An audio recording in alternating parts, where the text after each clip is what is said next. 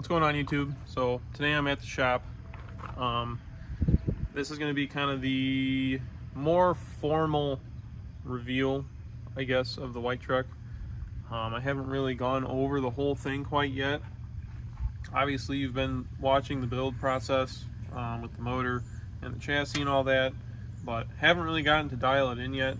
When I got it back from tuning, the injector cup lifted and it was pushing pressure into the coolant system, and then I've been having a couple other problems with the motor with some leaking issues. Biggest thing is the machine shop that I took the block to has been doing a really bad job of sealing up the oil galley plugs. So I'm going to have to go through and redo it for the fourth time now, reseal the galley plug, and hopefully that'll be it. That requires me pulling the trans, which I'm not too happy about because I already did that once in a previous video. So, but it is what it is. And then I also went ahead and fixed the pinion seal leak. That was a big one. It was just kind of splattering diff fluid all over the back of the truck. So that's good to go. Basically the only thing now is the oil leak coming from the galley. So, but here's a walk around of the truck and what's done to it. So technically this is a 2002 Chevy Silverado. If you look at the VIN number, it says 2002 on it. I did the GMC front end swap with the grill, bumper, and then I actually used the same hood that was off the Chevy. I just notched it out for the headlights to have that heavy duty, or the HD look, as you would say. As you can see, the wheel liners are out of it, but I have it set up on 22x12 fuel wheels with I want to say these are 305 40 22 tires. They don't rub, which is very nice, surprisingly. There's about a 2-inch drop in the back, and then I have the keys pulled out almost all the way in the front. So the only trimming I had to do was with the front bumper there, but as for the fender, it doesn't eat the fender at all. So very fortunate to not have that, especially since the whole truck was just repainted. I don't want to be bashing quarter panels into doors and all that. So as for the engine bay, as you can see, I spoofed it up a little bit. When I repainted the truck, I also did the firewall. There's a lot done in here. I don't know if I'm going to get everything. I'm probably going to forget a couple things, but I'll try my best. So we got 3-inch intercooler piping, cold and hot side, mixed with a WC Fab intake, and then I want to say this is a Rudy's diesel turbo horn here, a 4-inch turbo horn, and that is bolted to a S369 inside of a stock housing. So as you can see, it doesn't have a wastegate, and then also there's no cooling or coolant that runs through the core of the turbo, but it just has a 3-inch down pipe and then some 2-inch PPE up pipes. And let's see what else. And then I did the PPE coolant crossover tube on top here. That's just because the one I had was looking kind of dingy, a little rusty too. I rewrapped all my wiring loom in the white split loom, or braided split loom, I want to say. Obviously might not have been the best choice. As you can see, it's starting to yellow over here where fuel has touched it. In the valley, I have a 10mm CP3 made by Fleece. And I've also got some 45 over injectors from Dan's Diesel Performance. Then among other things internally in the motor, all those can go, or you can watch a previous video on the motor build that I did, and then I'll go over everything inside the motor. Looking through the wheel well here, I have a 4-inch straight pipe.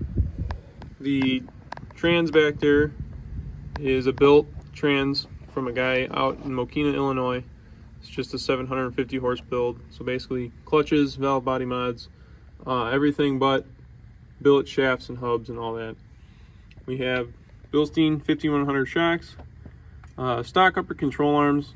I couldn't find any kryptonites for a decent price, and they were all on like a 2-month back order, so I just said screw it. The whole frame was sandblasted and painted. I don't do powder coat just because if I ever want to make frame modifications, I don't want to get the whole frame repowder coated. Lower control arms and torsion bars and a bunch of other stuff down here have been painted. We got orange combined with a little bit of white. As you can see, the truck is a little dirty because I drive it and I use it. Then over here on the driver's side, I just want to make a quick note that there is an LML log or manifold that just eliminates the dip for the steering column when they were making the LBZ and LB7 LLY vans, just because it was a tight squeeze. And then also I have stainless brake lines that run all throughout. The wiring looks a little messy. That's just A, because I used white split loom, and B, because I ran it a little bit differently than it was factory. And then I also have the lift pump line or wiring in there as well. In the back here, we have a fast 290 gallon per hour lift pump, along with, as you can see, stacked colored leaf springs. So I did white and orange was obviously the scheme of the build. And then the rear diff is also painted orange with a MagTech or Mag high-tech diff cover. And then as you can see right here, the diff tubes or the axle tubes are welded to the center of the diff there just to keep it from spinning. There is no e-brake on this truck. I eliminated the e-brake and basically got rid of that whole system just because it was a northern truck and it was junk. And as you can see up here, I got rid of the spare tire cross member. I kind of just built my own, put different shock mounts on it. This was just to alleviate the bulkiness back here and open up some space.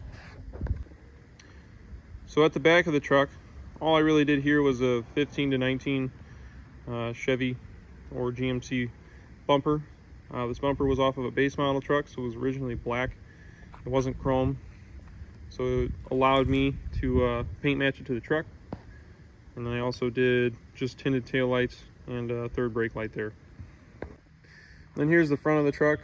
You can see I have the 2001 or the 02 hood still. Obviously everything was repainted. The whole truck was repainted, including the mirrors, the bumper, all this stuff has been repainted on it. The grill, I was able to take a razor blade and strip all that chrome off, and then I ended up painting it white, getting rid of the inside of it, and then putting a, this is just like an eBay grill insert. I trimmed it up a little bit to fit better, and then I made the logo fit inside here as well. And as you can see behind there, just a quick note, there's a Mishimoto trans cooler back there. And this trans cooler is actually pretty sweet. It keeps the trans about 50 degrees cooler than the stock cooler. And then obviously I got a new bumper valance, painted that white, new fog lights, new headlights. The headlights I tore apart and repainted, or actually painted the insides, paint matched that. And then the turn signal lights, for some reason, I think it's just because these are cheap Chinese lenses. They did not bond well with the silicone that I used. Or maybe I just need to use a different silicone or bonding agent, because it happened on both sides and it's all the way around the lens that it's cracked. So they weren't cracked when I tore them apart, but they started to crack when I was putting them back together. So it's a little odd. The interior of the truck isn't really anything special. I had to take the headliner out of it to fix a cab light leak that I had, but I haven't gotten around to doing anything with the interior yet. I might down the road, maybe a couple months from now. I'm not sure yet. I really don't know what to do with it yet. I don't know what to go with, what color to do. I'd like to do some type of like the newer high country tan. I think that looks really good, but I just haven't had time to do it yet. But other than that, I mean, the truck is mildly built, but not fully built. If anything, I would call it a higher budget build, but not competition build, something like that. So good street build actually. So I'm definitely happy with it. most of the time until something breaks. It's still a work in progress. It's not perfect yet. Still not to my standard of perfection yet. But it's drivable and it's fun. So probably just leave it at that. On the other hand though, we bought something else to maybe someday tow around our little street truck back there. This is a single cab, long bed, loaded. So it's got power windows, power seats, and cloth. And it's kind of a pile of crap at the moment. But it was $2,500. Can't go wrong with a running, driving LB7 for $2,500. As you can see, rockers were replaced, kind of the crap way. Little tear in the seat. Interior is kind of decent. Headliner can get redone. Doors, these need pins there, and then they're also rusted all the way up to the basically lower half of the door. So the bed was actually replaced a couple years ago with a southern bed, but it's starting to bubble under here. And then the frame is starting to get fat around the fifth wheel supports there. And then they also replaced this cross member right here. You can see it on the other side when I go over there. Yeah, here we go. This plate right here. That's how you know that this has been replaced. And then again, like on the other side, this is getting fat right here, so it's going to start rotting out. But it was cheap. And it's actually kind of okay. It does have one issue, actually two issues. It leaks coolant out of the back of the motor somewhere. I want to say it's one of the O-rings. And it also either needs head gaskets or injector cups, which isn't a big deal if you know how to do it yourself. It's actually fairly cheap. It's just time consuming. So, yeah. This is I'm not going to call it a project, but it's going to turn into a project, because everything turns into a project. I also want to mention that this truck is completely bone stock, and I believe the person I bought it from was the original owner. If not, they were the second owner. So I would either be the second or the third owner here.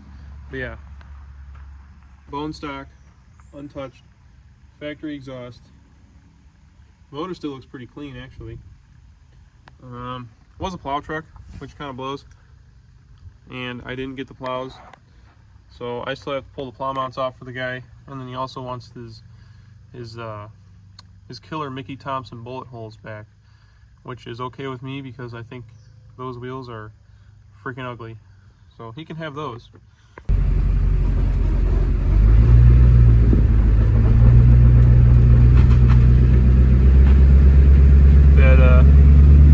That brand new Lincoln locker doing its job. That welded diff light for you. Alright, so we're going to do a pull in tune 1 here. You're going to be able to hear kind of how the truck sounds, how fast it spools up. I'll show the odometer, or not the odometer, the speedometer, to show you kind of how quickly it gains speed, or how quickly it accelerates. I mean, tune 1 is pretty mild compared to the rest of them. 5 is obviously the craziest one, but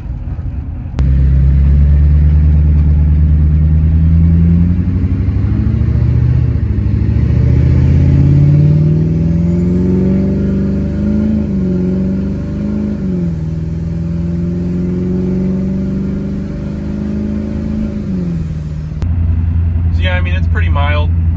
I'd say it's about equivalent to tune 3 or 4 on a stock truck. Nothing too crazy. But in tune 5, you're going to definitely hear that the turbo is going to bark when I let off. It makes a little bit more boost than it does in tune 1. And it's 100% way faster. So I also want to note that there's nobody around, so nobody in the passenger seat, and then everyone's also at work. So it just so happens that I'm off today, and if the truck breaks, I'm gonna be either walking home or walking back to the shop. So I guess we're gonna find out. All right, folks, cross your fingers. We got the Tune 5 pull now. That's gonna be basically foot to the floor. Hope it goes good.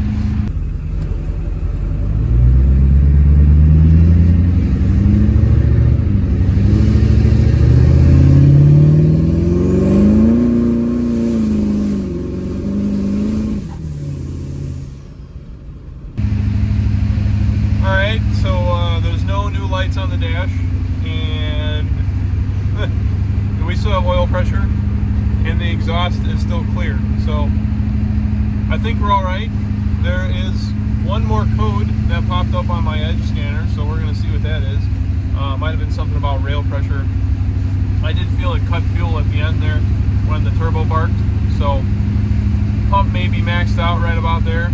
I don't do pulls like that very often, if any at all, so I'm really not too concerned about it. Yeah, it pulled hard.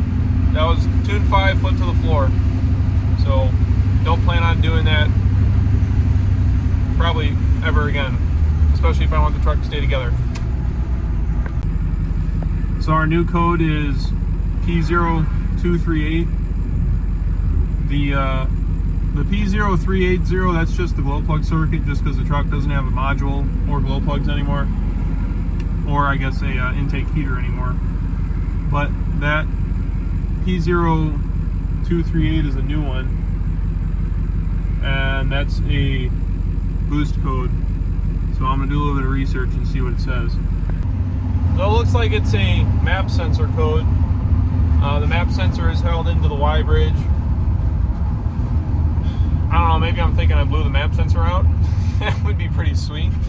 Or it's just junk, because the map sensor doesn't read as much boost as the turbo is actually pushing. So I'm gonna go ahead and buy a new one of those. Well, first I'm gonna open the hood and see if I blew it out.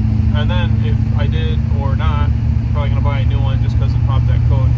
So usually it'll put the truck in a limp mode for, I think it'll set it at like 1900 RPM is all you can go. But it didn't do that for me. So yeah, we'll find out here in a couple seconds. So the map sensor is indeed still in. It did not blow out. Didn't really think it would, but also coolant level's not low, for anybody wondering. And this is still squishy, so everything's all good. We're not burning coolant.